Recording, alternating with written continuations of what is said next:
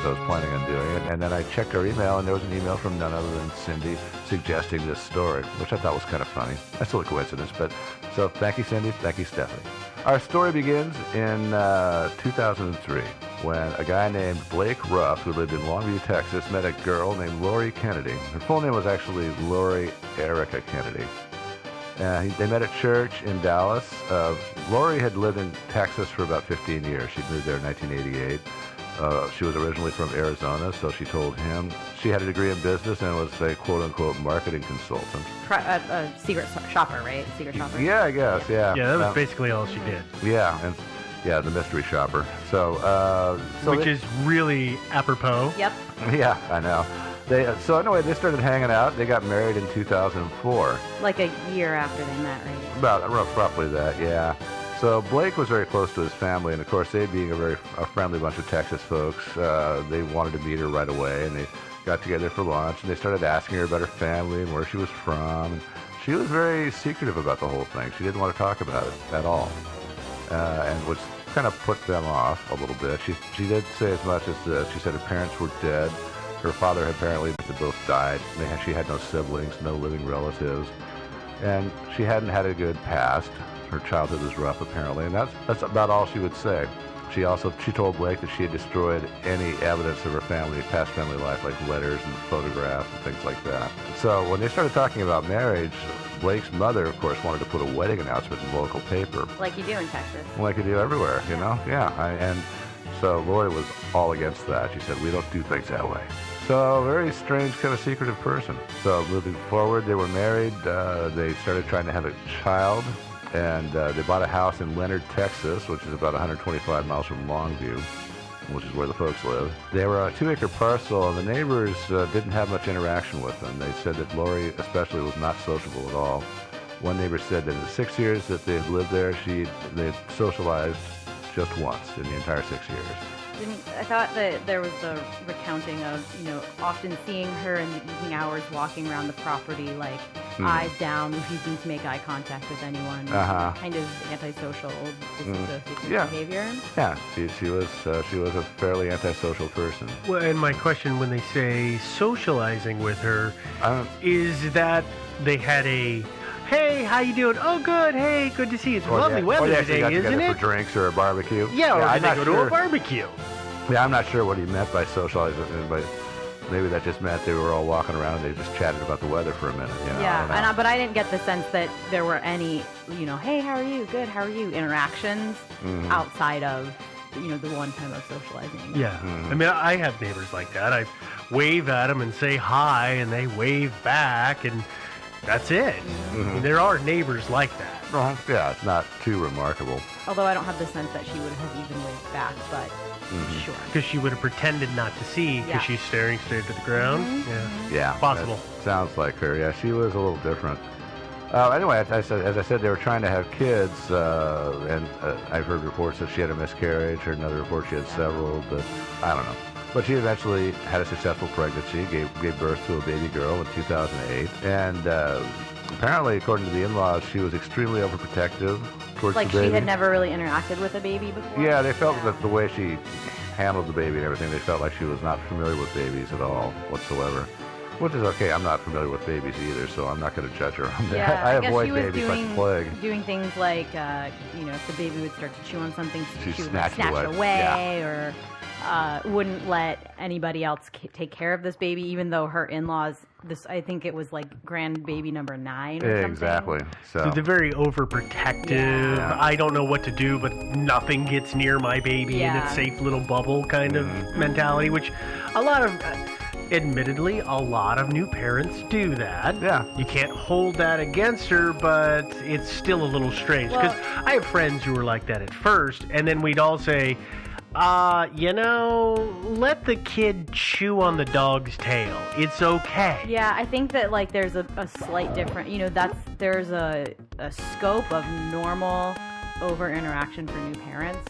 And I think particularly if you're a grandparent looking in and having had children who had children for the first time, there's that scope of what's fairly normal for overprotective first-time parents to be in that sort of way, and then there's going beyond that, and I would probably trust their judgment in that. Yeah. They would be able to say like it was really even above and beyond that. Oh, No, and I don't disagree with that at all. Sure. It's very obvious. Yeah. Anyway, so things just sort of went downhill. Lori and the family really didn't get along. She felt like she would take every little thing they would say as a slight, and she was always railing against them to Blake, which upset Blake because he was close to his family.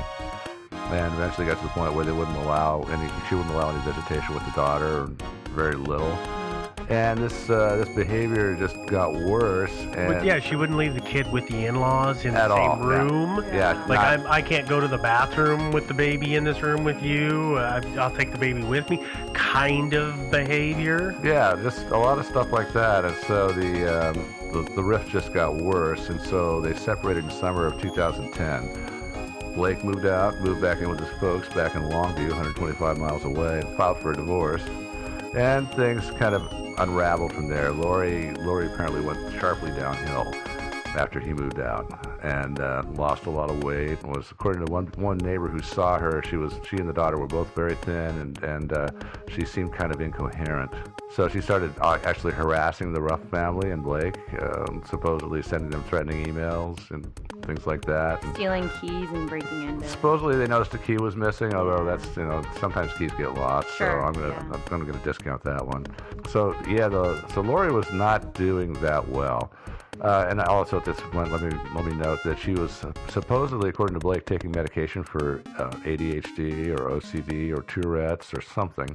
He was Blake apparently was not detail oriented. He really seemed to be surprisingly uncurious. Somebody, I think it was maybe his cousin, described him as having a startlingly small inner monologue. Yeah, I think it was his Which cousin or his seems brother. to be Yeah. a very perfect description, because he didn't really make decisions on his own, and he didn't really take initiative on most things. I think it might be the same person who said, well, I went and bought a black Tahoe, so he did too. Yeah, it was his twin brother. Yeah, like brother. he kind of did what people told, and he didn't question anything. Mm-hmm. If you said, actually the sky is green, he'd go, that's weird. Looks blue to me. Okay. Yeah.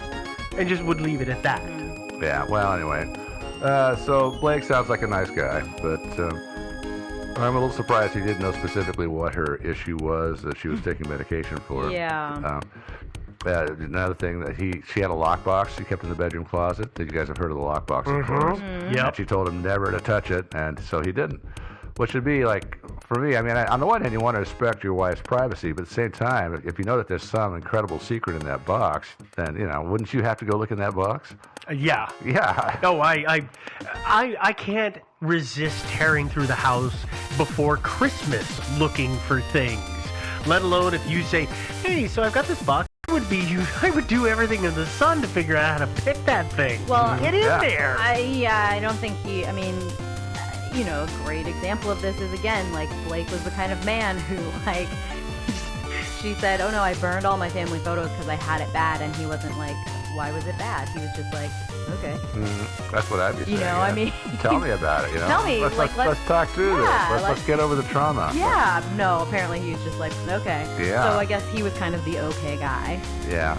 Well, anyway, back to Lori. Lori was again going downhill, and on December 24th, 2010, that's Christmas Eve.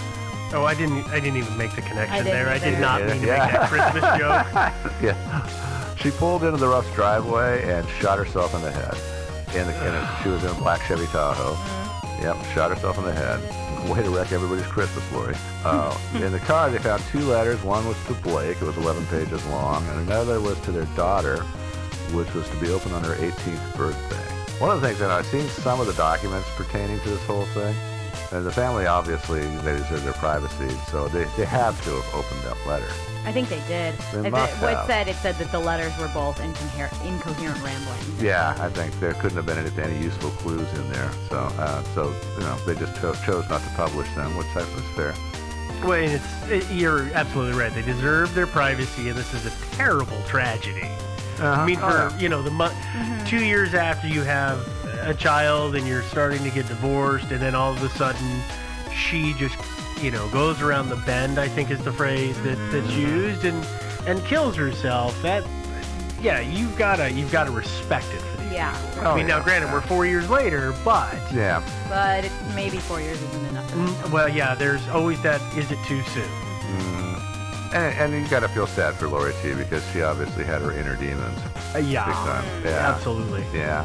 A week or so after her suicide, and after the funeral, Blake's brother Miles, along with a few other family members, drove to Leonard, Texas to search the house. And when they got there, they found the place was a mess. She really had let herself go. Piles of dirty dishes, piles of dirty laundry, trash bags full of shredded documents. Apparently the crib was like a cesspool. Soiled. Yeah, the crib was soiled, yeah. And so Blake had told Miles about the forbidden lockbox that was hidden in the closet that he wasn't allowed to touch. So naturally, he made a beeline for the closet and dug around until he found the lockbox and pried it open with a screwdriver. And he found... Did he really use a screwdriver? That's what he said. He said he used... Wow, that is a really good lockbox. He said he found... Sounds like a petty cash box. Yeah, I know. It was probably just $10. So he used a flat-bladed screwdriver to break into it. And he found the following things. He found pages from an Arizona phone book, some scraps of paper with notes on them, some very random little notes.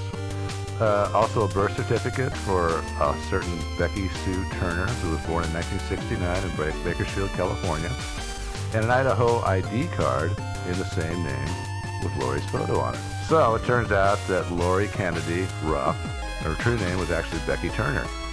Except Becky Turner died in a house fire in 1971 at the age of 2. So, Dun dun dun! I know! So the Ruff family hired a private investigator to try to find out who Lori really was. He did a little digging. He found out about Becky Sue Turner dying in Fife, Washington, which is where she was living at the time of her death. Which is outside of Tacoma. Yes, yeah, it is. And he managed to turn up a news clipping from a local newspaper that described the deaths of Becky and her 2 sisters. Which, by the way, speaking of tragedy, can you imagine being the parents Right. of 3 little girls who all died in the fire? Oh my God. Never mind finding out years and years later that somebody stole their identity. Yeah, Yeah. I know. Somebody's masquerading as one of them. I know. But so this listed their ages and also their place of birth, Bakersfield, California. This actually is apparently a very important detail in why she was perhaps so successful as she was in stealing the identity. Did you read about this? Yeah, because it's it. Well, go ahead. Well, it just turns out that it's way easier to steal somebody's identity if they were, at that time at least, if they were born in one state and died in another, because the records often weren't actually cross-referenced. Yeah, one hand doesn't know what the other hand's doing. Yeah, and apparently also at that time, at least in California, they would just mail a birth certificate to anybody who requested it. Yeah, and I don't know. I'm assuming that we're going to call her from now on Jane Doe. When Jane Doe requested that, if she requested it by mail, and she truly wanted to get lost, then if you request it by mail, you're going to leave a paper trail, right? Theoretically, yeah. Yeah, in theory, it all depends. You don't know what's going to happen in the little bureaucracy at the other end. Well, okay, but here's the deal, right? Is that if just anybody can write in and request it, like, what's to say that she used her real identity to request it, right? I mean, they probably just asked for some money, and you just like get a money order, or even just send some cash. That's true. She At that time, could have rented a PO box. Rent a PO box. You get put a wrong name on it, and you just have it delivered. Well, but to rent a P.O. box, you've got to provide identification. Okay, here's the problem. Maybe she had another fake ID already Here's the going. problem is that do we know, I think I know where you're heading with this, is do we know if the state of California has on record the address that they sent this document to? No, they don't. No, I don't know that. And that's So one of the things I'm really she could have very curious to easily find out done about. it at wherever she was living at the moment. If it's not actually recorded, we don't have to go to these great lengths of, well, you could have got a post office box. She could have just sent it to her friggin' house. Well, actually, okay, so as it turns out, She had a Jane PO Doe box. had yeah. a PO box. She did. I know she did Yeah. have one, but I'm just saying she didn't have to go to that length necessarily. At that time, she might not have. But I think we're getting also ahead. I don't think we're know- also mixing this up, and we're getting a little little ahead of ourselves. I also don't know if in the 70s you really did have to provide identification to get it. Oh, this was actually the late 80s. Yeah. And I don't remember exactly. When exactly was it that identity theft started becoming prevalent? In the 90s, I think. In the 90s? I think it was in Really? the 90s, yeah. Yeah, okay. Because credit was becoming a bigger thing. Yeah. Sorry, we're That's ahead of okay. ourselves. Yeah, we're a little out of order here. Back, where were we, Joe? Okay, the private investigator turns up a news clipping from a local newspaper that described the deaths. She dug up more info. She found out that she had moved to Texas and that she had legally changed her name to Lori Erica Kennedy, and then applied for and got a Social Security card. She got her GED and then enrolled in college. And of course, she didn't want. I'm suspecting that she actually was older than she said she was, and that she that's probably a prevalent suspicion. Yeah, she got her GED. She might have already had a college degree at this point in time, but it was in the wrong name, so she had to start all over again and test out to get the GED and then go back to college again. And she got a degree in business administration, but that's about as far as the private investigator got in finding out who she was. So it turns out the Ruff family was friendly with a Texas congressman who was at the time served on the House Intelligence Committee, and they were wondering about Becky Sue, Jane Doe, Lori Ruff. They were wondering if maybe she was a Soviet mole or something like that. And so they took their evidence to him that they had uncovered so far, and he took the information to a guy named Joseph Velling, who was an investigator for the Social Security Administration, who specialized in fraud and identity theft and things like that.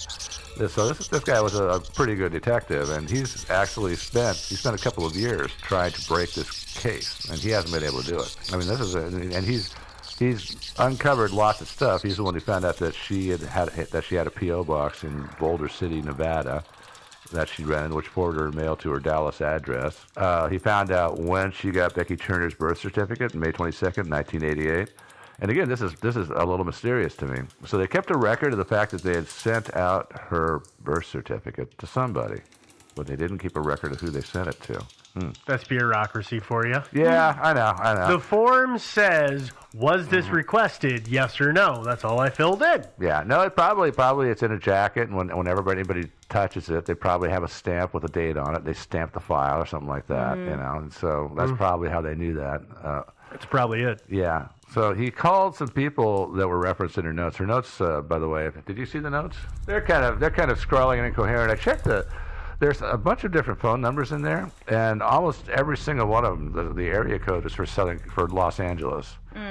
There's an attorney referenced in there from Los Angeles. It turns out he was a bankruptcy attorney. And it turns out apparently he died a few years ago. So, but Velling got a hold of him, and he knew nothing about it. And so maybe she just got his name, and she was thinking about declaring bankruptcy. I don't know. It turned out she had declared bankruptcy in Dallas back in the 90s. Oh, and by the way, she got breast implants too in 1991. She did, and a nose job. And a nose job, yeah. He called the attorney and some other people who were referenced in these incoherent notes of hers. And he did more than that. He also got in touch with the Turners, and they had no idea who she possibly could be. He ran photos of her through facial recognition databases, because this guy works for the government, so he's got access to a lot of resources. Yeah, a lot of resources power. That even Thinking Sideways podcast doesn't have. Even we. Yeah, I know. He also sent her fingerprints to the FBI. He compared her DNA to DNA databases. And he was using some of the resources he was using were kind of mundane, like Ancestry.com. Yeah. But if you look at the notes, and by the way, pull the link on the website, folks, and you can take a look at these PDFs of some of her notes she left behind. But her handwriting, Joe and I had this conversation before we started recording. I don't know that this is all handwriting by the same person. I would know agree with that. Joe said at one point, well, it could be just, write down a quick note, and so your handwriting is really sloppy. Except I look at letters that are written in sentences or, blocks that don't look like they were written fast. And there are letters that don't pair up. Like the S's or the E's are not the same in certain words. Yeah. I understand there's a drift with handwriting. But no, it all looks kind of different. It's almost as if somebody wrote part of it. She had that sheet of paper, and then she was writing on top of that sheet of paper. There are some things like, okay, so, there's a lot of stuff on here, like Pacific Bell, ADM offices. There's some dollar amount right below it, and then Mountain Bell, 3 hours less. But in the top left-hand corner, upside down, is written 402 months, and then there's like 3 little lines underneath it. I don't know why that is so... It's just peculiar. Yeah. And I checked. And you know what? And a little bit it looks like it says 40, and then it says 2 months.